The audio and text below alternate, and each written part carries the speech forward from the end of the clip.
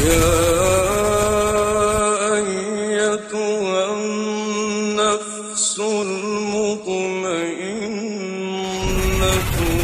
ارجعي إلى ربك راضية مرضية فادخلي في عبادي وادخلي جنتي. Chers frères et sœurs, Allah Azza wa Jal dit dans le Coran: et ne dévorez pas mutuellement et illicitement vos biens, et ne vous en servez pas pour corrompre des juges, ne vous servez pas pour corrompre des juges pour vous permettre de dévorer une partie des biens des gens injustement et sciemment. Nous savons très bien que le fait de consommer l'argent illicite, de consommer les biens illicites est un grand problème dans la vie du croyant, puisque ceci fait descendre le courroux d'Allah Azza wa Jal, fait descendre la malédiction d'Allah Azza wa Jal sur l'individu. Ainsi, l'individu qui consomme le haram est un individu qui ne va pas se comporter comme il le faut et qui ne bénéficiera pas du soutien d'Allah Azza wa Jal et de la bénédiction de notre Seigneur. Le prophète sallallahu alayhi wa sallam dit à cet égard: toute chair qui aurait poussé du profit illicite, le feu en aura plus de droit. Toute chair qui pousse à travers un profit illicite, parce qu'on a mangé quelque chose d'illicite, parce qu'on a gagné de l'argent illicite avec lequel on a acheté de la nourriture, avec laquelle on s'est alimenté, la chair qui va pousser de cette alimentation qui a été obtenue par un argent illicite, ou l'alimentation elle-même qui est illicite, cette chair-là est plus à même d'être dans le feu que d'être dans le paradis. Allah Azza wa Jal n'a cessé d'exhorter les messagers ainsi que les croyants de ne consommer que la bonne nourriture et de ne consommer que ce qui est agréable et accepté par Allah Azza wa Jal. Ainsi a-t-il dit: ô messagers, mangez de ce qui est permis et agréable et faites du bien. Mangez de ce qui est licite et agréable et faites du bien. Il s'adressa aux croyants en leur disant: ô les croyants, mangez de ce qui est licite, de ce que nous vous avons attribué, et remerciez Allah si c'est lui que vous adorez. L'être humain, d'après ces hadiths, et d'après ces versets et ce hadith qu'on a cité, l'être humain est impacté par l'alimentation qu'il consomme.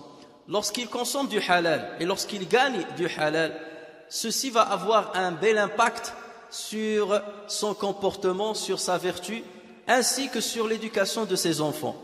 En revanche, quelqu'un qui consomme du haram, qui gagne du haram, tout ce qu'il va consommer à travers ce haram-là, c'est quelque chose qui va impacter négativement son comportement et sa religiosité. Et combien de personnes ont perdu leur religiosité et leur proximité d'Allah Azza wa Jal parce qu'elles se sont permises de toucher à quelque chose qui est illicite. Chers frères et sœurs, parmi les biens illicites que l'islam a interdit, le fait de donner ou de recevoir les pots de vin, ce qu'on appelle en arabe al-rishwa, les pots de vin.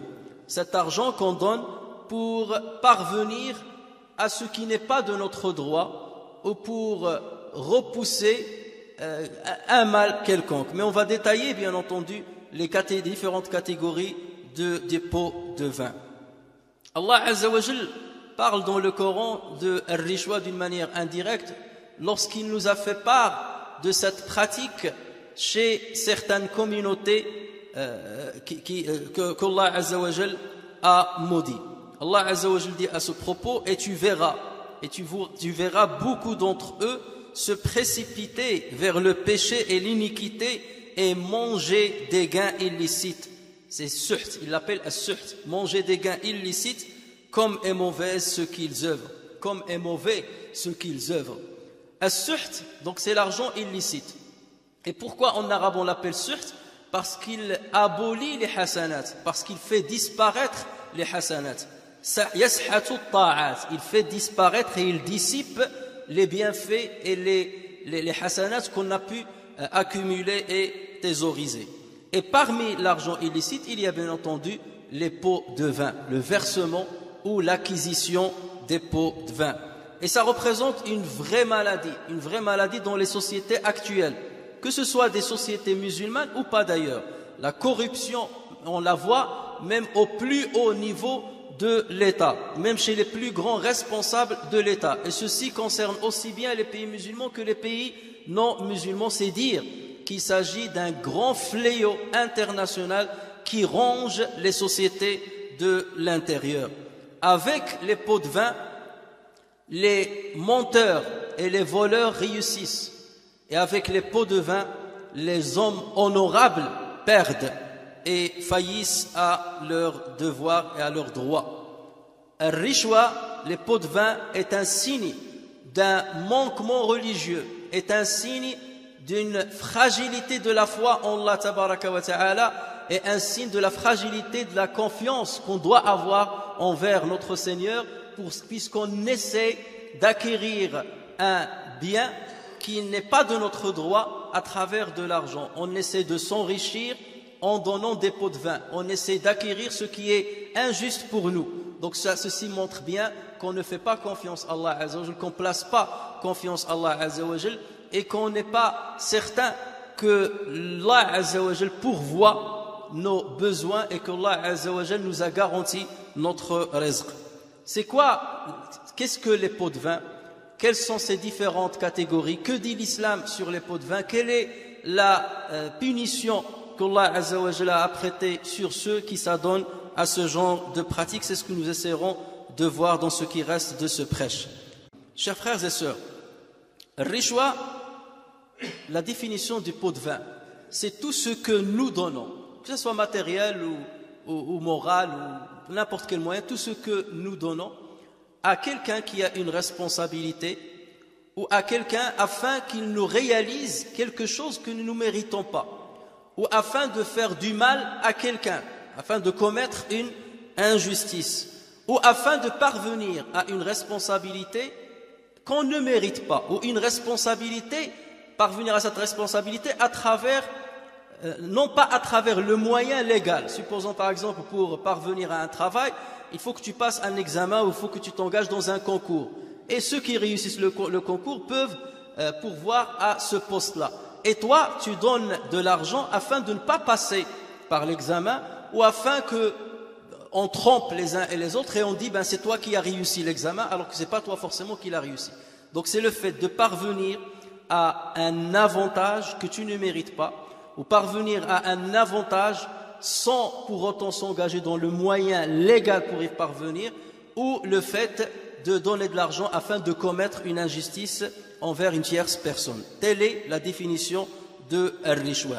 Sauf qu'aujourd'hui, Rishwa, on lui a donné des noms, des noms et des vocables qui laissent entendre qu'il est acceptable. On l'appelle parfois le cadeau, alors que ce n'est pas le cadeau. Juridiquement parlant, chaque geste a un terme bien précis.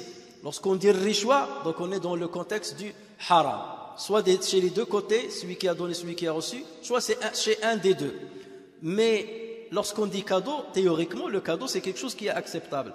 Mais tout dépend de ce qui est nommé et non pas des noms. Tout dépend de ce qui est nommé et de l'essence des mots et non pas de leur forme ou de leur apparence. Donc on l'appelle parfois un pourboire, casse de qawa, un verre de thé ou un verre de café, comme ce qu'on fait dans le bled, paye-moi un verre de café. On l'appelle un cadeau, on l'appelle... Bref, ou bien ça peut être le fait de payer un voyage pour quelqu'un ou de l'inviter à manger chez toi, mais le but c'est pas l'inviter parce que c'est un ami, mais tu l'invites à manger chez toi parce que tu veux qu'il te réalise un avantage. Donc, et ainsi de suite. Donc, ce sont des appellations, bien entendu, qui correspondent à ce qui est de toute façon illicite. Et Ali ibn Abi Talib radiyallahu anhu avait dit, arrivera un moment où les gens vont appeler as-suht des cadeaux. Ils vont nominer as-suht par le mot cadeau. Alors qu'il y a une grande différence entre ce qui est un cadeau et ce qui relève de as-suht, de l'argent illicite. Le mot rishwa en arabe vient du terme, du vocable ar-rasha. Et rasha chez les Arabes, c'est la corde qu'on utilise pour chercher l'eau donc dans un seau par laquelle on ligote un seau, et pour le tendre dans un puits afin de chercher l'eau. Cette corde-là, on l'appelle rasha. Autrement dit, c'est le moyen par lequel on parvient à l'eau qui est profonde. Et donc, on a pris ce vocable-là et on lui a donné une connotation religieuse dans l'islam, et c'est devenu tout moyen par lequel on parvient à un avantage qui ne relève pas de notre droit, qui nous est lointain si on voulait passer par la voie légale. Donc c'est pour ça qu'on parvient à ce qui est illégal par ce moyen-là. Donc voilà pourquoi on l'a appelé ar-rishwa, et ça vient du mot vocable ar-rasha. Et bien entendu, le décret relatif à cette transaction, c'est l'interdiction. Et on ne peut être plus explicite en entendant le hadith ou les hadiths du prophète sallallahu alayhi wa sallam, parmi lesquels le hadith rapporté par l'imam Ahmed dans son Musnad, lorsque le prophète sur Abdullah ibn Amr ibn al-As, qui a dit, le prophète sallallahu alayhi wa sallam a maudit celui qui donne al-rashwa, rashi, et celui qui la reçoit, al-murtashi. Et dans une autre version, le prophète sallallahu alayhi wa sallam a dit, maudit soit celui qui donne al-rashwa, celui qui la reçoit, et celui qui joue l'intermédiaire entre les deux. Donc même celui qui va jouer le commissionnaire, celui qui va jouer l'intermédiaire, lui aussi est maudit par le prophète sallallahu alayhi wa sallam.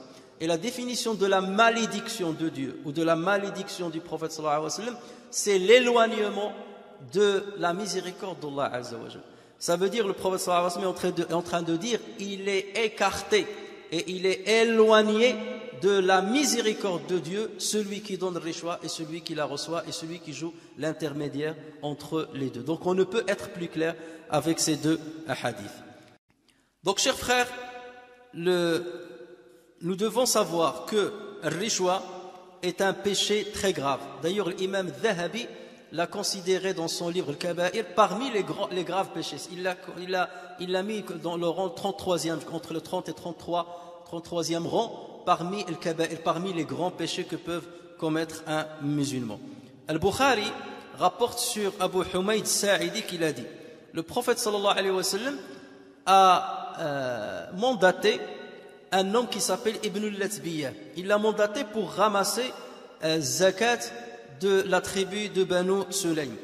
Et donc Ibn al-Latbiyah, une fois il a ramassé zakat, il est venu chez le prophète sallallahu alayhi wa sallam, il lui a dit, voici votre argent, voilà zakat que j'ai ramassé. Donc zakat, ça peut être de l'argent, comme ça peut être des bestiaux, des chevaux, des brebis, ou ça peut être des chameaux, et ainsi de suite. Donc il leur a dit, voilà votre zakat, et ce qui reste là, c'est un cadeau qui m'a été donné. C'est un cadeau qui m'a été donné. Et là, le prophète sallallahu alayhi wa sallam s'est mis en colère. Il lui a dit, regardons voir si tu restes dans la demeure de ton père et de ta mère, si jamais les gens vont venir pour te donner ces cadeaux-là. Et ensuite, le prophète sallallahu alayhi wa sallam a rassemblé les gens et il a fait un prêche dans lequel il a dit, sachez que je mandate certaines personnes en lui donnant une responsabilité parmi les responsabilités qu'Allah azza wa jal m'a données. Et certains parmi vous viennent dire, tel est votre argent, tel est ce que je devais faire en tant que responsable, et ce qui reste là, ce sont des cadeaux qui m'ont été parvenus. Que cette personne-là reste dans la demeure de son père et de sa mère et qu'il voit si les gens vont venir le voir pour lui donner des cadeaux. Autrement dit, le prophète sallallahu alayhi wa sallam est en train de dire, lorsque tu as une responsabilité et que tu as un salaire sur cette responsabilité, tu dois te contenter du salaire qu'on t'a donné. Tout ce qui est au-dessus de ce salaire-là rentre dans ce qui peut être considéré comme un rishwa, comme un pot de vin. Pourquoi? Parce que si ces gens t'ont donné cet argent, c'est pas pour toi, mais c'est pour ton profil. C'est pas pour toi en tant que personne, en tant que Mohamed ou Abdel Qadir, mais toi en tant que responsable de tel poste, toi en tant que salarié de tel poste. Et c'est pour quelque part gagner ta sympathie pour que tu résolves d'autres problèmes plus tard. Donc ceci est considéré comme une rishwa, comme un pot de vin qui est illicite, même si la personne te dit non, c'est un cadeau, tu m'as rendu service et c'est un cadeau, tu n'as pas à l'accepter. Et dans un autre hadith rapporté par Abu Daoud, le prophète sallallahu alayhi wa sallam a dit, celui à qui on donne une responsabilité et pour qui on donne un salaire, tout ce qu'il prend au-dessus de ce salaire-là est rouloul. Ou le rouloul, dans la religion, c'est tout ce que nous dérobons de l'argent de zakat, tout ce que nous dérobons de butin après une guerre, et ça c'est quelque chose, ça fait partie de graves péchés. Chers frères, Rishwa, le pot de vin, peut prendre différentes formes. Et pour chaque forme, il y a un décret bien spécifique. La première forme, c'est celle qu'on a citée. C'est que tu donnes de l'argent pour parvenir à un bien qui ne relève pas de tes droits. Ou pour faire un mal, une injustice à quelqu'un, commettre une injustice à quelqu'un en passant par le biais d'une tierce personne, en payant une tierce personne. Ceci, bien entendu, est haram et ceci relève de ce qu'on a dit depuis le début. La deuxième catégorie de rishwa, c'est de verser un présent en contrepartie de la satisfaction d'un besoin ou un service rendu, alors même que la personne sollicitée, à qui tu as donné cet argent, alors même que la personne sollicitée aurait pu le faire sans cette subornation. Et cette personne-là aurait pu te rendre ce service-là parce que ça relève de sa responsabilité et tu lui as donné. Mais tu lui as donné parce qu'il s'est refusé de te rendre ton service, de te donner ton droit. Lui-même, il s'est bloqué, il a fait un blocage, il a refusé de te rendre ton droit tant que tu ne lui donnes pas l'argent. Donc dans ce cas, ce que tu lui donnes comme argent, ce n'est pas comptabilisé comme haram pour toi, parce que tu étais dans l'obligation de faire valoir ton droit par le biais de cet argent. Mais en revanche, c'est haram pour lui. Et c'est haram pour l'intermédiaire qui a joué l'intermédiaire, qui te dit oui, je vais m'arranger avec lui, donne-moi l'argent et je vais m'arranger avec lui parce que lui, il prend sa commission. C'est haram pour les deux, celui qui a reçu l'intermédiaire, mais c'est halal pour toi parce que tu ne fais que valoir ton droit. Tu rentres des cadeaux à ta famille, on t'arrête à la douane, on te dit si tu ne donnes pas, on ne te laisse pas passer. Là, c'est ton droit de ramener des cadeaux. En revanche, tu ramènes de la marchandise pour la vendre dans le pays. Tu passes par la douane, on te dit soit tu payes tes taxes, soit tu nous donnes les pots de vin. Et toi tu dis je donne le pot de vin, c'est moins cher. Là tu es dans le haram. Parce qu'il y a une voie légale par laquelle tu aurais pu faire entrer cette marchandise, qui est la voie de payer les taxes. Et toi tu as voulu, donc pour payer moins, donner cet argent qui va aller dans la poche de ce responsable ou de ce salarié. Et donc vous avez tous les deux volé quelque part l'État. Vous avez volé l'État et de par la responsabilité qu'il avait, il a gagné un bien supplémentaire au salaire normal qu'il touche à la fin de chaque mois. Donc là, vous êtes tous les deux dans le haram. Troisième catégorie de rishwa, c'est que quelqu'un te rend un service, un responsable te rend un service qui est de ton droit. Et une fois il a rendu le service, il t'a rien demandé, et une fois il a terminé le service, tu lui donnes un cadeau. Tu lui dis ça c'est un cadeau. Alors là, sur cette question-là, les savants ont divergé. Certains ont dit c'est haram pour lui de le toucher, parce que c'est quelque chose qui est supplémentaire au salaire qu'il perçoit. D'autant plus qu'il n'a fait que son devoir, et ce pourquoi il est payé. Donc c'est haram pour lui de le toucher. Pour d'autres, ils disent, puisque tu l'as donné de plein gré, c'est halal pour lui. Donc il y a une divergence entre les savants. Mais à toi de voir, si toi ce que tu donnes, tu le donnes parce que tu espères qu'il te rende un autre service une autre fois, donc là tu es dans le haram, bien entendu. Si tu le fais parce que, et c'est ça le problème, c'est que chez nous tellement on nous a fait habituer à la corruption que parfois on corrompt les salariés. Tellement, c'est quelque chose qui revient de ton droit. Tu veux par exemple établir un certificat de naissance, c'est ton droit. Tellement c'était compliqué d'avoir un certificat de naissance sans donner le pot de vin, que lorsqu'on te le fait normalement, tu es tellement content que tu donnes l'argent. Mais pourquoi tu donnes l'argent? Parce qu'on t'a habitué à ça, même si le salarié ne te le demande pas.